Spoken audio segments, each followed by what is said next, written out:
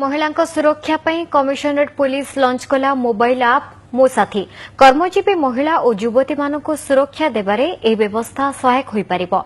आसंतो देखिबा एहा केमिति काम करिबो।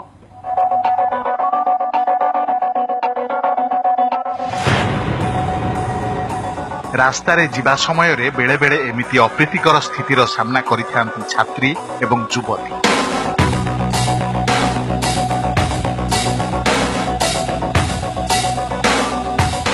महिला को एभली स्थिति सुरक्षा देवाकू आरंभ होईची मोबाइल ऐप मो साथी। युवती निज मोबाइल रे पावर बटन क्लिक करिबा मात्रे सिग्नल पहुंचीबो कमिशनरेट पुलिस रो कंट्रोल रूम रे। आउ खूब कम समय मध्यरे पुलिस पहुंचीबो घटनास्थल।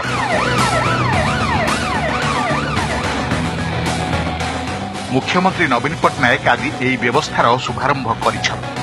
I hope the police commissionate's new initiative, Mo Sathi, which is a mobile application, will certainly be of great help for women in distress. एबे देखंतु एई app केमिति काम करिवो। कोनोसी स्थान रे असुविधा रे पड़िले किंबा असुरक्षित मणिले मोबाइल रो पावर बटन को 5 थर प्रेस करबाकू पड़िबो। बटन प्रेस करिबा मात्रे एई व्यवस्था एक्टिव होई जिवो। तासह 30 सेकेंड विजुअल मध्य रेकॉर्डिंग होई पुलिस कंट्रोल रूम को चली जिवो। मोबाइल जीपीएस व्यवस्था द्वारा लोकेशन मध्य जानि हेबो। जो क्रिमिनल्स माने जदी ओवरपावर करिबा पे चेष्टा करदी खाली प्रेस कर देले पावर बटन टा ताले क्रिमिनल्स माने भी जानि भी नहीं जेरा पुलिस को खबर देइछि कि एंड से माने तापरे पुलिस खबर पाई जिवे लोकेशन भी पाई जिवे ऑटोमेटिकली किसी कईवा दरकार नहीं लोकेशन एंड पुलिस स्पॉट रे पहुंची। केवल एंड्रॉइड फोन रे ही मिलिबो एई सेवा।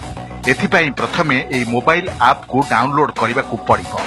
ऑनलाइन रे पंजीकरण करिबा परे पुलिस याकू जांच करी पासवर्ड देबो।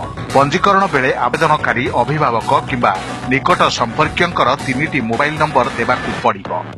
सबुठारो बेसी क्राइम बढ़ुची क्राइम अगेंस्ट वुमेन। सेही परिप्रेक्षी रे भुवनेश्वर कमिशनरेट जो पदक्षेप देइछंती मु कहबी एक जुगोपयोगी पदक्षेप सेटा साहाय्य डेफिनेटली करिवो and we are all very hopeful. At least it's a first step and a very very important step towards women security. एई सेवा आरंभर प्रथम दिन रे ही प्राय 100 जन पंजीकरण पई आवेदन करिछथि।